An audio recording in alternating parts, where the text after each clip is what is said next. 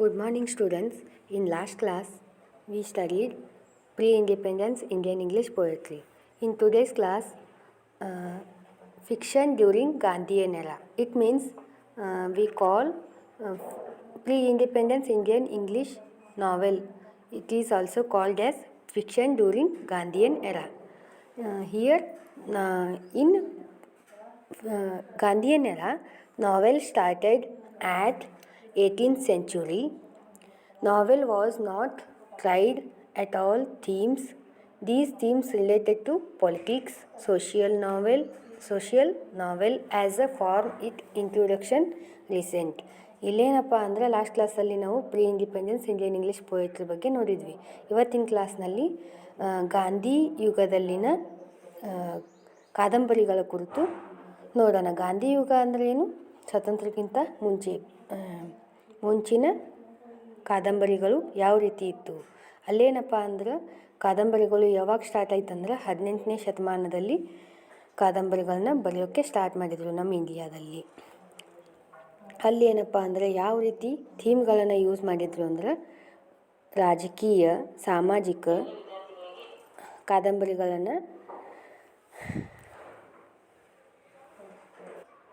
ಬರೆಯೋಕ್ಕೆ ಪ್ರಾರಂಭ ಮಾಡಿದರು ಅಂತ ಹೇಳ್ತಾರೆ. ಇಲ್ಲೇನಪ್ಪ ಅಂದ್ರೆ before the Indian novelist wrote the regional language and theme, majority of the writer start their writing Marathi, Bengali and Hindi. ಇಲ್ಲೇನಪ್ಪ ಅಂದ್ರೆ ಭಾರತದಲ್ಲಿ ಕಾದಂಬರಿಗಳನ್ನು ಭಾರತೀಯ ಕಾದಂಬರಿಕಾರರು ತಮ್ಮ ಪ್ರಾದೇಶಿಕ ಭಾಷೆಯೊಳಗೆ ಕಾದಂಬರಿಯನ್ನು ಬರೆಯೋಕ್ಕೆ ಸ್ಟಾರ್ಟ್ ಮಾಡಿದರು. ಯಾವಾಗ? ಮುಂಚೆನೇ ಸ್ಟಾರ್ಟ್ ಮಾಡಿದರು. ಅಲ್ಲೇನಪ್ಪ ಅಂದ್ರೆ ಜಾಸ್ತಿ ಕಾದಂಬರಿಕಾರರು ಏನು ಮಾಡಿದರು? ತಮ್ಮ ಬರಹಗಳನ್ನು ಮರಾಠಿ, ಬೆಂಗಾಲಿ ಮತ್ತು ಹಿಂದಿ ಒಳಗೆ ಬರೆಯೋಕ್ಕೆ ಶುರು ಮಾಡಿದರು ಅಂತ ಹೇಳ್ತಾರೆ. Some novelist responsible to birth and growth of novel Indian English novels is truly English novel. ಇಲ್ಲೇನಪ್ಪ ಅಂದರೆ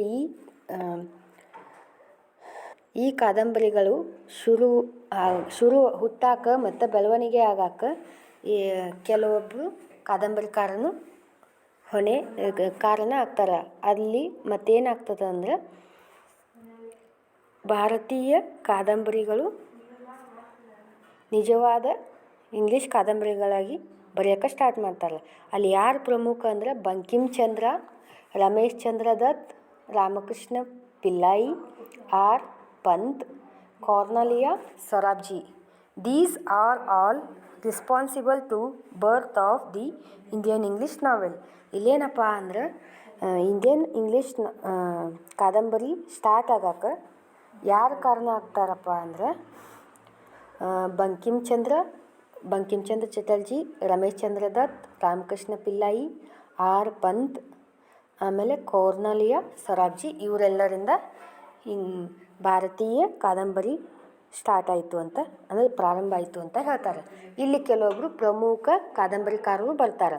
ಅದರಲ್ಲಿ ಮೊದಲನೇದಾಗಿ ಯಾರಪ್ಪ ಅಂದ್ರೆ ಬಂಕಿಮ್ ಚಂದ್ರ Chatterjee. 1838 to 1894. He was a very good story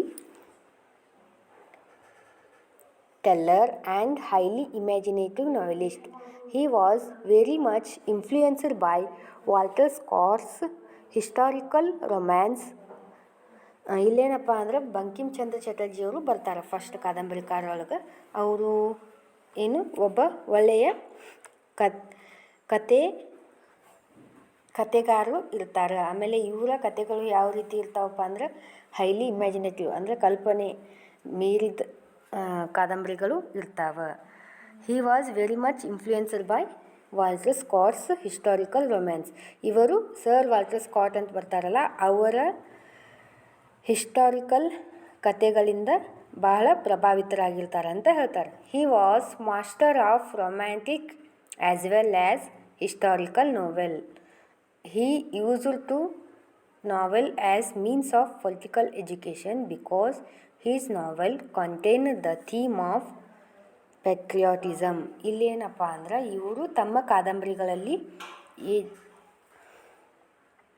ಏನಪ್ಪ ಅಂದ್ರೆ ರಾಜಕೀಯ ಮತ್ತು ಶಿಕ್ಷಣದ ಥೀಮ್ಗಳನ್ನು ಯೂಸ್ ಮಾಡ್ತಿರ್ತಾರೆ. ಆಮೇಲೆ ದೇಶಭಕ್ತಿಯ ಬಗ್ಗೆ ಕಾದಂಬರಿಗಳನ್ನ ಬರಿತಿರ್ತಾರೆ. He was a Bengali novelist. His novel translated to English. ಇವರು ತಮ್ಮ ಕಾದಂಬರಿಗಳನ್ನ ಬಂಗಾಳಿ ಭಾಷೆದೊಳಗೆ ಬರಿತಿರ್ತಾರೆ. ಅವು ಇಂಗ್ಲೀಷ್ ಭಾಷೆಗೆ ಟ್ರಾನ್ಸ್ಲೇಟನ್ನು ಮಾಡ್ತಾರೆ, ಭಾಷಾಂತರ ಮಾಡಿರ್ತಾರೆ ಅಂತ ಹೇಳ್ತಾರೆ. His important works Rajmohan's wife, poison tree, next Anand Math. It's the Indians first political novel, best known novel. ಇದೇನಪ್ಪ ಆನಂದ ಮಠ್ ಅನ್ನೋದೇನು ಭಾರತದ ಮೊದಲ ರಾಜಕೀಯ ಕಾದಂಬರಿ ಅಂತ ಹೇಳ್ತಾರೆ. ನೆಕ್ಸ್ಟ್ ಯಾರು ಬರ್ತಾರಪ್ಪ ಅಂದ್ರೆ ಇವರಾದ್ಮೇಲೆ next second one Manoj Basu. Manoj Basu was also well known novelist of Indian English novelist. His most of the novels that were published from 1860 to the 19th century were written by the writer to belong presidency. ಇಲ್ಲೇನಪ್ಪ ಅಂದ್ರೆ Manoj boss ಇವರು ಒಬ್ಬ ಪ್ರಸಿದ್ಧ ಕಾದಂಬರಿಕಾರರು ಇರ್ತಾರೆ, ಭಾರತೀಯ ಪ್ರಸಿದ್ಧ English ಕಾದಂಬರಿಕಾರರು ಅಂತ ಹೇಳಿ ಹೇಳ್ತೀವಿ. ಆಮೇಲೆ ಇವರ ಕಾದಂಬರಿಗಳು ಯಾವ ರೀತಿ ಇದ್ದು ಅಂದ್ರೆ ಕೆಲವೊಂದು ಪ್ರಕಟಣೆಯನ್ನು ಮಾಡ್ತಾರೆ. ಯಾವಾಗಂದ್ರೆ 1860ರಿಂದ 19ನೇ ಶತಮಾನದಾಗ ಜಾಸ್ತಿ ಇವರು ಪ್ರೆಸಿಡೆನ್ಸಿ ಅನ್ನುವ ಪ್ರಕಟಣೆ ಇದ್ರ ಮುಖಾಂತರ ತಮ್ಮ ಕಾದಂಬರಿಗಳನ್ನ ಪ್ರಕಟಣೆ ಮಾಡ್ತಾರೆ. His important novels are Jal Jangal, Madras and Bengal. Jal Jangal ಏನಪ್ಪ ಅಂದ್ರೆ ಇದು ಇಂಗ್ಲೀಷ್ ಭಾಷೆಯೊಳಗೆ ಟ್ರಾನ್ಸ್ಲೇಟ್ ಆಗ್ತದೆ. ಯಾರಿಂದ? ಬರೀಂದ್ರನಾಥ್ ಬೋಸ್ ಇವರಿಂದ ಟ್ರಾನ್ಸ್ಲೇಟ್ ಆಗ್ತದೆ. His novels theme is political, historical, social. ಇವರ ಕಾದಂಬರಿಗಳ ಥೀಮ್ ಏನಿರ್ತಿತ್ತಪ್ಪ ಅಂದರೆ ಪೊಲಿಟಿಕಲ್, ರಾಜಕೀಯ, ಐತಿಹಾಸಿಕ ಮತ್ತು ಸಾಮಾಜಿಕ ಕಾದಂಬರಿಗಳನ್ನು ಬರೀತಿದ್ರು. Next after that Rabindranath Tagore 1861 to the 1941. He was a great novelist. He was not only novelist, poet, educationist, social reformer, painter, also multinational personality. ಇಲ್ಲೇನಪ್ಪ ಅಂದ್ರೆ ರವೀಂದ್ರನಾಥ್ ಟ್ಯಾಗೋರ್ ಅವರು ಇವರು ಒಬ್ಬ ಪ್ರಮುಖ ಕಾದಂಬರಿಕಾರರು ಇರ್ತಾರೆ. ಅದಲ್ಲದೇನೂ ಕೂಡ ಕವಿ, ಶಿಕ್ಷಣ ತಜ್ಞ, ಆಮೇಲೆ ಸಾಮಾಜಿಕ ಸುಧಾರಕ, ಆಮೇಲೆ ಮತ್ತೇನು ಒಬ್ಬ ಚಿತ್ರಕಾರರು ಇರ್ತಾರೆ. ಆಮೇಲೆ ಮಲ್ಟಿನ್ಯಾಷನಲ್ ಪರ್ಸ್ನಾಲಿಟಿನೂ ಇರ್ತಾರೆ ಇವರು ಅಂತ ಹೇಳ್ತಾರೆ. ಆರ್ ಟಾಗೋರ್ ಲುಕ್ಸ್ ಲೈಕ್ ಋಷಿ. ಇವರು ಯಾವ ರೀತಿ ಕಾಣ್ತಿದ್ರಪ್ಪ ಅಂದರೆ ಇವರಿಗೆ ಋಷಿ ಅಂಥೇಳಿ ಕರಿತಿದ್ರು. ಅವರು ಋಷಿ ಥರನೇ ಕಾಣ್ತಿದ್ರು. He didn't believe for art sake. ಇವರು ಯಾವುದರಲ್ಲಿ ನಂಬಿಕೆ ಇರಲಿಲ್ಲ ಅಂದ್ರೆ ಆರ್ಟ್ ಸೇಕ್, ಇದರಲ್ಲಿ ನಂಬಿಕೆ ಇರಲಿಲ್ಲ ಅಂತ ಹೇಳ್ತಾರೆ. His important works are first one Chokher Bali, translated in English Binodini title. ಇಲ್ಲೇನಪ್ಪ ಅಂದರೆ ಚೋಕರ್ ಬಾಲಿ ಅನ್ನೋ ನಾವೆಲ್ ಇದು ಬಂಗಾಳಿ ಭಾಷೆದು, ಇದು ಇಂಗ್ಲೀಷ್ ಒಳಗೇನು ಬಿನೋದಿನಿ ಅಂಥೇಳಿ ಟ್ರಾನ್ಸ್ಲೇಟ್ ಆಗ್ತದೆ. ನೆಕ್ಸ್ಟ್ ಯೋಗಾಯೋಗ್ ದ ರಿಕ್ ಗೋರಾ. ಇದು ರಿಕ್ ಗೋರಾ ಅನ್ನೋದು ಒಂದು ಈ ನಾವೆಲೇನ ಧಾರಾವಾಹಿಯಾಗಿ ನಿರ್ಮಿಸಲ್ಪಟ್ಟಾರೆ. ಯಾಕಂದ್ರೆ ಧಾರಾವಾಹಿ ಮಾಡ್ಯಾರಿದು ಎಲ್ಲಿ DD ನ್ಯಾಷನಲ್ ಒಳಗೆ ನಿಮಗೆ ಸಿಗ್ತದೆ, ನೋಡ್ಬೋದು. ಆಮೇಲೆ the home and the word. Next 4 ಅಧ್ಯಾಯ ಮೀನ್ಸ್ 4 ಚಾಪ್ಟರ್. ಆಮೇಲೆ ಗೈರೆ ಬೈರೆ. ಇಷ್ಟು ಇವರ ನಾವೆಲ್ಗಳು ಬರ್ತಾವೆ. Next after that Sharath Chandra Chatterjee. He was influenced by Tagore. His novels themes are lower middle class family. ಇವರು ಏನಪ್ಪ ಅಂದರೆ ಶರತ್ ಚಂದ್ರ ಚಟರ್ಜಿಯವರು ರವೀಂದ್ರನಾಥ್ ಟ್ಯಾಗೋರ್ ಅವರಿಂದ ಪ್ರಭಾವಿತರಾಗಿರ್ತಾರೆ. ಇವರ ಕಾದಂಬರಿಗಳ ಥೀಮ್ಸ್ ಏನಿರ್ತಾವಪ್ಪ ಅಂದ್ರೆ ಜಾಸ್ತಿ ಲೋವರ್ ಮಿಡಲ್ ಕ್ಲಾಸ್ ಫ್ಯಾಮ್ಲಿ ಬಗ್ಗೆ ಇವರು ಹೇಳ್ತಿರ್ತಾರೆ. ಅಂದರೆ ಮಧ್ಯಮ ವರ್ಗದ ಕುಟುಂಬದ ಬಗ್ಗೆ ಇವರ ಕಾದಂಬರಿಯಲ್ಲಿ ಜಾಸ್ತಿ ವರ್ಣನೆಯನ್ನು ನೋಡ್ತೀವಿ. He has captured everything beautifully in words. The situation presented. He was A excellent novelist. ಇವರು ಏನಪ್ಪ ಅಂದ್ರೆ ತಮ್ಮ ಕಾದಂಬರಿಯೊಳಗೆ ಎಲ್ಲ ವಿಷಯದ ಬಗ್ಗೆ ಸ್ಪಷ್ಟವಾಗಿ ಸುಂದರವಾಗಿ ವರ್ಣನೆ ಮಾಡ್ತಿರ್ತಾರೆ, ಎಲ್ಲ ಸಂದರ್ಭಗಳ ಬಗ್ಗೆ. ಅದನ್ನೆಲ್ಲ ನಾವು ಇವರ ಕಾದಂಬರಿಯೊಳಗೆ ಬಹಳ ಉತ್ತಮವಾಗಿ ನೋಡ್ತೀವಿ. Who believed in man's nobility and talk about hope in his novel. ಇಲ್ಲೇನಪ್ಪ ಅಂದರೆ ಇವರು ಮಾನವನ ಜಾಣತನ, ಆಮೇಲೆ ಯಾವ ರೀತಿ ಮನುಷ್ಯನ ಜೀವನದ ಬಗ್ಗೆ ಒಂದು ಆಶಯ, ಇದೆಲ್ಲ ಇವರ ಕಾದಂಬರಿ ಒಳಗೆ ನಾವು ನೋಡ್ತೀವಿ. His important works are Srikanta. This work translated into English by Sen. Srikanta ಅನ್ನೋ ನಾವೆಲ್ಲೇನು ಇಂಗ್ಲೀಷ್ ಭಾಷೆಗೆ ಟ್ರಾನ್ಸ್ಲೇಟ್ ಆಗ್ತದೆ. ಯಾರಿಂದ? ಸೇನ್ ಅವರಿಂದ. ಸೆಸ್ ಪ್ರಶ್ನ, ಆಮೇಲೆ ಬಿಪ್ರಾದಾಸ್, ಇವು ಇವರ ಕಾದಂಬರಿಗಳು.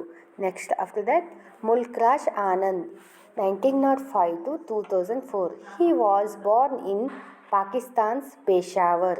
His favorite novelist Dickens Hardy Scott. Milk Raj Anand ಅವರು ಎಲ್ಲಿ ಜನಿಸ್ತಾರಪ್ಪ ಅಂದರೆ ಪಾಕಿಸ್ತಾನದ ಪೇಶಾವರದಲ್ಲಿ ಜನಿಸ್ತಾರೆ. ಇವರು ಡಿಕನ್ಸ್ ಮತ್ತು Thomas hardy, sir Walter Scott ಇವರ ಅಂದ್ರೆ ನೆಚ್ಚಿನ ನಾವೆಲಿಸ್ಟಾಗಿ ಇವರೆಲ್ಲರನ್ನ ಫಾಲೋ ಮಾಡ್ತಿರ್ತಾರೆ. ಯಾರು? ಮುಲ್ಕ್ ರಾಜ್ ಆನಂದ್ ಅವರು. He was a eldest novelist of Big Three. He is considered as humanistic novel. ಇವ್ರಿಗೇನು ಕರಿತಿದ್ರಪ್ಪ ಅಂದ್ರೆ ಮುಲ್ಕ್ ರಾಜ್ ಆನಂದ, ಆಮೇಲೆ RK ನಾರಾಯಣ ರಾಜಾರಾವ್, ಈ ಮೂರು ಮಂದಿಗೇನು ಬಿಗ್ 3 ಅಂಥೇಳಿ ಕರೀತಾರೆ. ಅದ್ರೊಳಗೆ ಫಸ್ಟ್ ಯಾರು ಬರ್ತಾರಪ್ಪ ಅಂದ್ರೆ ಮುಲ್ಕ್ ರಾಜ್ ಆನಂದ್ ಅವರು ಬರ್ತಾರಂತೇಳಿ ಹೇಳ್ತಾರೆ. ಆಮೇಲೆ ಇವರಿಗೇನು ಹ್ಯುಮ್ಯಾನಿಸ್ಟಿಕ್ ನಾವೆಲಿಸ್ಟ್, ಮಾನವತಾವಾದಿ ಕಾದಂಬರಿಕಾರ ಅಂತ ಕರೀತಾರೆ. ಆಮೇಲೆ next he have seen after the before independence novel. ಆಮೇಲೆ ಇವರೇನು ಸ್ವಾತಂತ್ರ್ಯ ಸಿಕ್ಕ ನಂತರನೂ ಇವರು ಕಾದಂಬರಿಕಾರರಾಗಿ ನಾವು ನೋಡ್ತೀವಿ ಅಂತ ಹೇಳ್ತೀವಿ. Is most of the novels related to the poor people. ಇವರ ಕಾದಂಬರಿಗಳು ಯಾರಿಗೆ ಸಂಬಂಧಪಟ್ಟಿದ್ದು ಅಂದ್ರೆ ಜಾಸ್ತಿ ಬಡ ಜನರ ಬಗ್ಗೆ ಇವರ ಕಾದಂಬರಿಗಳು ಇರ್ತಿದ್ವು. And he was a prolific novelist. His theme social political problems of Indian life. ಇವರ ಕಾದಂಬರಿಗಳ ಥೀಮ್ ಏನಿರ್ತಿದ್ವಪ್ಪ ಅಂದ್ರೆ ಸಾಮಾಜಿಕ ರಾಜಕೀಯ ಸಮಸ್ಯೆಗಳು ಏನಿದ್ವಪ್ಪ ಭಾರತೀಯರ ಜೀವನದಾಗ ಅದ್ರ ಬಗ್ಗೆ ಇರ್ತಿತ್ತು. He's novels are untouchable, coolie, two leaves and bird, the village, across the black water, private of Indian prince, 7 summers, morning face. ಇಲ್ಲಿ 7 ಸಮ್ಮರ್ಸ್ ಮತ್ತು ಮಾರ್ನಿಂಗ್ ಫೇಸ್ ಏನು ಬರ್ತಾವೆ? ಇವು ಆಟೋಬಯೋಗ್ರಫಿ ಬರ್ತಾವೆ ಇವ್ರದ್ದು. Next after that RK Narayan 1906 to 2001. He created a very good character of Malgudi. He was a created Malgudi. He talked about humorist and middle class people of India. ಇಲ್ಲೇನಪ್ಪ ಅಂದ್ರೆ RK Narayan ಅವರು Malgudi days ಅಂಥೇಳಿ ಒಂದು ಕಥೆಯನ್ನು ಬರೀತಾರೆ. ಆ ಮಾಲ್ಗುಡಿ ಡೇಸ್ ಒಳಗೇನು ಮಾಲ್ಗುಡಿ ಅನ್ನೋ ಪ್ಲೇಸನ್ನು ಇವರು ತಮ್ಮ ಕಾಲ್ಪನಿಕವಾಗಿ ಕ್ರಿಯೇಟ್ ಮಾಡ್ತಾರೆ. ಆ ರೀತಿ ಇವ್ರ ನಾವೆಲ್ಗಳು ಇರ್ತಿತ್ತು. ಆಮೇಲೆ ಮತ್ತೇನಪ್ಪ ಅಂದ್ರೆ ಅದರಲ್ಲಿ ಇವರು ತಮ್ಮ ಹಾಸ್ಯ ಪ್ರಜ್ಞೆ, ಆಮೇಲೆ ಮಿಡಲ್ ಕ್ಲಾಸ್ ಮಧ್ಯಮ ವರ್ಗದ ಕುಟುಂಬದ, ಭಾರತೀಯ ಮಧ್ಯಮ ವರ್ಗದ ಕುಟುಂಬ ಯಾವ ರೀತಿ ಅದ ಅದನ್ನೆಲ್ಲ ಚಿತ್ರಣ ಕೊಡ್ತಾರೆ. He likes novel relax. He was great storyteller. ಇವ್ರಿಗೇನಪ್ಪ ಅಂದ್ರೆ ನಾವೆಲ್ ಆಮೇಲೆ ಇವರು ಪ್ರಸಿದ್ಧ ಸ್ಟೋರಿ ಟೆಲ್ಲರ್ ಅಂತ ಹೇಳ್ತೀವಿ. And his prose is simple. He create a Malgudi. Malgudi is a fictional place where his novels are set. ಏನು ಹೇಳ್ದೆ ಆವಾಗಲೇ ಇವರು ಮಾಲ್ಗುಡಿ ಡೇಸ್ ಅಂಥೇಳಿ ಒಂದು ಶಾರ್ಟ್ ಸ್ಟೋರಿ ಬರೆದ್ರು. ಆ ಮಾಲ್ಗುಡಿ ಅನ್ನೋದು ಏನಪ್ಪ ಅಂದರೆ ಒಂದು ಕಾಲ್ಪನಿಕ ಸ್ಥಳ. ಅದು ಇವರ ಎಲ್ಲ ಕಾದಂಬರಿಗಳು ಏನಪ್ಪ ಈ ಮಾಲ್ಗುಡಿಯಲ್ಲೇ ರಚನೆ ಆದವು, ಅಂದರೆ ಆ ಪ್ಲೇಸ್ ಹಿಡ್ಕೊಂಡೆ ರಚನೆ ಆದವು ಅಂತ ಹೇಳ್ತೀವಿ ಈ ಪ್ಲೇಸ್ ಒಳಗೆ. Next he writes with objectivity and sense of humour. His comedy range from simple farce to being witty and ironical. ಇವರ ಕಾದಂಬರಿಗಳು ಹೆಂಗಿರ್ತಿದ್ವಪ್ಪ ಅಂದ್ರೆ ಆಬ್ಜೆಕ್ಟಿವಿಟಿ, ಸೆನ್ಸ್ ಆಫ್ ಹ್ಯೂಮರ್ ಅಂದ್ರೆ ಹಾಸ್ಯ, ಇವೆಲ್ಲ ಇರ್ತಿದ್ವು. Comedy range from simple farce to being witty ironical ಆಗಿ ಇರ್ತಿದ್ವು. He is a moral analyst. He explores the hidden human complete and narrates the story in a ditchy manner. In his novels, he uses comedy, irony, satire as his instrument to talk about ordinary Indian life. ಇವರ ಕಾದಂಬರಿಗಳಲ್ಲಿ ಇವ್ರು ಏನಪ್ಪ ಅಂದ್ರೆ ಹಾಸ್ಯ, ಆಮೇಲೆ irony, satire ಇವನ್ನೆಲ್ಲ use ಮಾಡಿಕೊಂಡು ಅಂದರೆ ಭಾರತೀಯ ಜೀವನ ಹೆಂಗಿತ್ತು ಆ ರೀತಿ ಬರೀತಿದ್ರು. His important works are Swami and his friends, bachelor of arts, the dark room, the English teacher, ಆಮೇಲೆ mister Sampath, financial expert, waiting for Mahatma, my dateless diary, the man eater of Malgudi, the vendor of sweets. ಇವರ ಕಾದಂಬರಿಗಳು ಬರ್ತವೆ. Next Raja Rao 1908 to the 2006. He was a youngest among big three. He belongs to South Indian Brahmins family. ಇವರೇನಪ್ಪ ಅಂದರೆ ಈ 3 ಜನ ಯಾರು, ರಾಜಾರಾವ್, ಮುಲ್ಕರಾಜ್ ಆನಂದ್, ಆಮೇಲೆ R K Narayan. ಇವ್ರೊಳಗೆ ಯಾರು, ಇವರ ಯಂಗೆಸ್ಟ್ ಅಂದರೆ ಸಣ್ಣವರು ಅಂತ ಹೇಳ್ತಾರೆ. He belongs to the South Indian brahmins family. ಇವರು ಸೌತ್ ಇಂಡಿಯನ್ ಬ್ರಾಹ್ಮಿನ್ಸ್ ಕುಟುಂಬದಿಂದ ಬಂದವರು. His novels have concern for spiritual values because he was influenced by sage like ತೋರಂತ್ ಆ್ಯಂಡ್ ಆತ್ಮಾನಂದ್, ತಾರಾನಾಥ್ ಆ್ಯಂಡ್ ಆತ್ಮಾನಂದ್. ಈ ಸನ್ಯಾಸಿಗಳಿಂದ ಇವರು ಇನ್ಫ್ಲೂಯೆನ್ಸ್ ಆಗಿದ್ದರು. He stayed in USA. His novel shows Indian setting and he writes about the legend story, myth, belief prevalent in Indian tradition. ಇಲ್ಲೇನಪ್ಪ ಅಂದರೆ ಇವರು ತಮ್ಮ ಕಾದಂಬರಿಯಲ್ಲಿ ಭಾರತೀಯ ಜೀವನ, ಆಮೇಲೆ ದಂತಕಥೆಗಳು, ಮಿತ್, ಆಮೇಲೆ ನಂಬಿಕೆಗಳು, ಪ್ರಿವಿಲಿಯಂಟ್ ಇನ್ ಇಂಡಿಯನ್ ಟ್ರೆಡಿಷನ್ ಇವ್ರ ಬಗ್ಗೆ ಇವರು ಬರೀತಾರೆ. He talks about the fight of India's freedom from the British. ಆಮೇಲೆ ಇವರು ಸ್ವಾತಂತ್ರ್ಯ ಹೋರಾಟದ ಬಗ್ಗೆನೂ ಮಾತಾಡ್ತಾರೆ. ಆಮೇಲೆ he mixes poetry, politics, religion and social reformer in his novel. ಇವರ ಕಾದಂಬರಿಗಳಲ್ಲಿ ಏನನ್ನು ಒಟ್ಟುಗೂಡಿಸ್ತಾರಪ್ಪ ಅಂದ್ರೆ ಕವನ, ರಾಜಕೀಯ, ಧಾರ್ಮಿಕ, ಆಮೇಲೆ ಸಾಮಾಜಿಕ ಇವೆಲ್ಲನ ಒಟ್ಟುಗೂಡಿಸಿ ಇವರು ಕಾದಂಬರಿಗಳನ್ನ ಬರೀತಾರೆ. He is a symbolistic and mystical in his presenting in his themes. Symbolistic and mystical ಥೀಮ್ಗಳನ್ನ ಪ್ರೆಸೆಂಟ ಮಾಡ್ತಾರೆ. He talks about exchange of spiritual. ಇವರು ಆಧ್ಯಾತ್ಮಿಕತೆಯನ್ನು ಹೇಳ್ತಿರ್ತಾರೆ. His important works are Kanthapura, the serpent and the rope, the cat and Shakespeare, the cow and barricade. ಆಮೇಲೆ after that other here comes some minor novelist. First one Shoshi Chandra Dutt. He wrote the young zamindar. After that Michael Madhusudan Dutt. He wrote the Bijoy Chand and Indian tale. Shoshi Chandra Dutt ಅವರು young zamindar ಅನ್ನೋ ನಾವೆಲನ್ನು ಬರೀತಾರೆ. Michael Madhusudan Dutt Bijoy Chand and Indian tale ಅಂತ ಬರೀತಾರೆ. Yogendranath Chattopadhyay. He wrote the girl and her quarter. ಈ ಕಾದಂಬರಿಯನ್ನು ಬರೀತಾರೆ.